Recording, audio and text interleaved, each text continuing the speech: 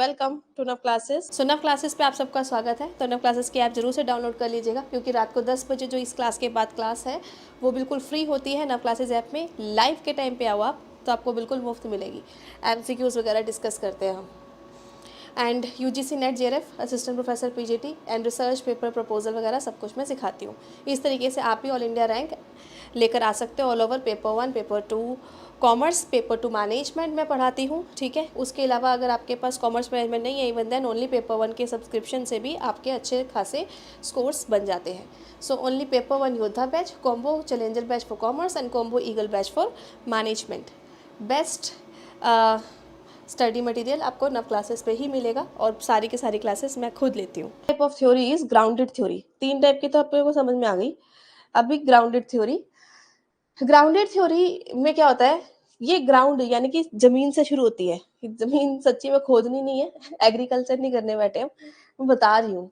तह when I don't have any clue, जब मुझे किसी भी चीज का कोई भी क्लू नहीं होता है, तब हम कोई चीज की शुरुआत कर रहे होते हैं, तो मतलब मैंने बिल्कुल ग्राउंड से स्टार्ट किया है, ठीक है। फॉर एग्जाम्पल, मेरे रिलेशन में कोई भी प्रोफेसर नहीं था, मुझे पता नहीं था करना क्या करना नहीं। अपने आप क्लूज मिलते गए, कोड मिलते गए कि भाई मुझे ये भी नहीं पता था रिसर्च पेपर वगैरह कुछ। पोस्ट ग्रेजुएशन में आके अपने आप क्लूज मिलते हैं कि साथ वाले फ्रेंड्स ने नेट का पेपर भरा है।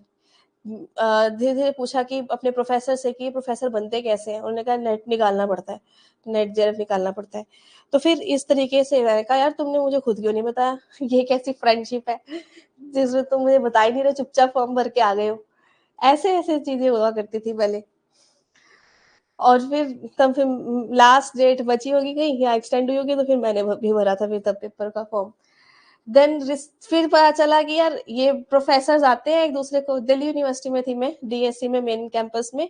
तो प्रोफेसर पोस्ट ग्रेजुएशन में, तो वो आते हैं एक दूसरे को कांग्रेस कहते हैं, कांग्रेचुलेशन आपका रिसर्च पेपर पब्लिश हो गया। मैं कहा ये क्या नई चीज है, कांग्रेचुलेशन रिसर्च पेपर पब्लिश हो गया। भानुमूर्ति सर आते थे वनीता त्रिपाठी मैम को बोलने, तो मैं फिर वो पूछा, मैं कहा ये क्या चीज है, क्यों कांग्रेस कर रहते हो, कहते रिसर्च में पब्लिश होना अपने आप में बड़ी चीज है। फिर वहां से हमारे एक सर थे, समीर लामा सर, उन्होंने एक स्कीम निकाल दी। उन्होंने कहा जो रिसर्च करना चाहता है, सीखना चाहता है, क्योंकि हम लोग क्वेश्चन इतने पूछ रहे थे, चलो भाई आ जाना क्लास के बाद 1-2 घंटे, और मैं सिखाऊंगा कैसे करना है। तो एक्चुअली उन्होंने ग्राउंडेड थ्योरी से शुरू किया था, हमारे करिकुलम में नहीं था, लेकिन उन सर सबसे पहले मैंने जो रिसर्च सीखी उन सर से सीखी थी। क्योंकि हमारी पूरी क्लास की, जब हम उनके कैबिन में गए ना, बच्चों की लाइन बाहर तक लग रही थी, 30 स्टूडेंट्स थे। ग्राउंडेड स्टोरी स्टार्ट करी उन्होंने, उसके लिए क्वेश्चनर वगैरह बनवाए, कोडिंग वगैरह ये सब सिखाया, ठीक है। धीरे धीरे बच्चे नमूने होते ही हैं, सारे थोड़ी ना काम करते हैं। धीरे धीरे बच्चे कम होने लग गए, 10 बच्चे बच गए, फिर 3 ही बचे थे, और उन 3 में मैं बैठी थी मैंने कहा कुछ हो ही नहीं रहा, सारे बच्चे चले गए। फिर धीरे धीरे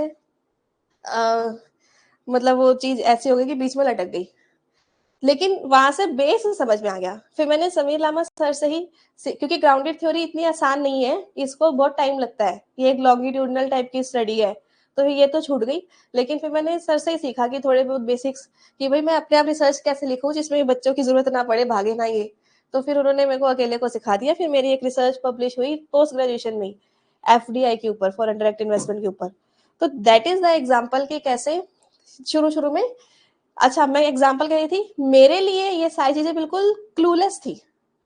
धीरे धीरे क्लू मिले, पॉइंट से पॉइंट जोड़े। किसी ने बोला प्रोफेसर बनने के लिए ये चाहिए, किसी ने बोला रिसर्च पेपर की बातें करी आपस में, मुझे वहां से क्लू क्लू मिलते रहे। फिर वो क्लू से क्लू जोड़ते जोड़ते पेपर क्या होता है सीखा। समझ रहे हो? इसी तरीके से एक्चुअली ग्राउंडेड थ्योरी होती है। When I don't know anything about my study, धीरे धीरे क्लूज जो मिलते हैं उनको बोलते हैं हम कोड्स, और उन कोड्स को आपस में कनेक्ट करते चले जाते हैं, कनेक्ट करते चले जाते हैं, ठीक है। तो उनसे फिर आगे बढ़ता है। देखो कैसे होता है, सबसे पहले तो हमारे पास बहुत सारे कोड्स मिले, सभी डिस्टेंस के रिसर्च पेपर आपसे पता चला। देखो आपको मेरे से रिसर्च पेपर वगैरह पता चला क्योंकि आपने मेरे को बोलते हुए बहुत बार सुना है ना, तो वही कहीं से तो क्लू मिले। तो ये होते हैं codes. Identify anchor that allow key point of data to be gathered. अब वो क्यों कहता है ना कि अपने आप आ जाता है अपनी मर्जी से नहीं लिखा जाता भाई रिसर्च पेपर, पहले इसके बेसिक चीजें सीखनी पड़ती है, हमने खुद सीखी है, ठीक है, और उसके बाद काफी सारी एफडीपीज वगैरह करी, उससे किसी से कुछ समझ में आता है, किसी से कुछ समझ में आता है, हमने भी ऐसे सीखा है, पैसा हमने भी खर्च किया है, ठीक है, फ्री में ये चीजें भी नहीं आती, क्यों? क्योंकि मैथोलॉजी कौन आपके बचपन से आपके पेरेंट्स ने थोड़ी ना सिखा के भेजी है, सीखनी पड़ती है, सॉफ्टवेयर सीखने पड़ते हैं। अच्छा चलो देखो कोड्स, और ना तो हमारे स्कूल कॉलेज में सिखाया किसी ने कोड्स, कोड्स समझ आने, ठीक है, बहुत सारे कोड्स बने जब, मैंने जैसे अपने एग्जांपल लिए, यहाँ से छोटे छोटे क्लूज निकल के आए, तो उन सब से, उन कोड से समझ में आई चीज, पहले तो कुछ समझ नहीं आया, फिर धीरे धीरे समझ में आया, तो वो कंसेप्ट क्रिएट हुए, कंसेप्ट जब क्रिएट होते हैं तो फिर उन कंसेप्ट, बहुत सारे कंसेप्ट आ जाते हैं ऐसे हमारे पास, तो उन कंसेप्ट को हम हेडिंग में डाल देते हैं, जैसे कि मैं अपने एग्जांपल में हेडिंग में डाल रही हूँ यूजीसी नेट जेआरएफ का क्लास, यूजीसी नेट जेआरएफ का एग्जाम निकालना, ये मेरा एक कैटेगरी बन गया, दूसरा कैटेगरी रिसर्च पेपर का, मतलब पोस्ट ग्रेजुएशन में ही अपन ने निकालना शुरू कर दिया था, वो एक कैटेगरी बन गया, तीसरा कैटेगरी कि आगे अब अपना चलो एमकॉम ही कैसे क्लियर करनी है, वही पोस्ट ग्रेजुएशन लगा लो, तो ये 3 कैटेगरीज बन गई ना, इसके अंदर जो तार जुड़ते रहे यहाँ डालते रहे, इसमें इसके अंदर डालते रहे, इसके अंदर डालते रहे, तो ऐसे करके जो बड़ी कैटेगरीज बन जाती हैं, तो उससे रिलेटेड कंसेप्ट उसमें डालते रहो, उन कंसेप्ट के जितने कोड्स है इसमें डालते रहो, तो ऐसे करके फिर पूरा बड़ा थ्योरी बन चुका होता है। एग्जाम्पल के लिए अगर मैं वैसे तो एक ग्राउंडेड थ्योरी है, अगर मैं थोड़ा प्याजे की थ्योरी के थ्रू जाऊं भी, अगर हो सकता है उन्होंने ग्राउंडेड ही करी हो, तो उनको कैटेगरीज बना दी एसपीसीएफ करके, उसके अंदर भी ये होता है, उसके अंदर भी उसके कोड घुसा घुसा के बनाए होंगे उन्होंने theory. Okay thanks and keep growing, and हमेशा आगे बढ़ते रहो, all the best for your goals. बहुत अच्छे समझ में आ गया, रूपाली भी बता रही है, ठीक है, JRF is mine, love JRF, ठीक है। और नव क्लासेस पे मैंने यूजीसी नेट जेआरएफ के अलावा आपके असिस्टेंट प्रोफेसर के कोर्सेज भी निकाले हैं, ठीक है, एचपीएससी, एमपीपीएससी या यूपीएचएससी, आरपीएससी या पीएचडी, जहाँ पर भी कॉमर्स आता है, तो इन असिस्टेंट प्रोफेसर के एग्ज़ाम में कॉमर्स का सारा पोर्शन मैं कवर करवा रही हूँ। और अगर आप पेपर 1 के हैं तो योद्धा बैच यूजीसी नेट जेआरएफ के लिए, ठीक है, कॉम्बो के लिए चैलेंजर या ईगल बैच तो है ही। अगर आप यूजीसी नेट का कोर्स लेते हो तो असिस्टेंट प्रोफेसर ऑटोमेटिकली उसमें कवर हो जाता है, अदरवाइज ओनली असिस्टेंट प्रोफेसर लेना है तो उनके स्पेसिफिक कोर्सेज ये रहे, ठीक है। सुबह 6 बजे पेपर 1 की क्लास होती है मेरी live, and paper 2 commerce and in assistant professor की क्लास होती है सुबह 9 बजे 9 to 11।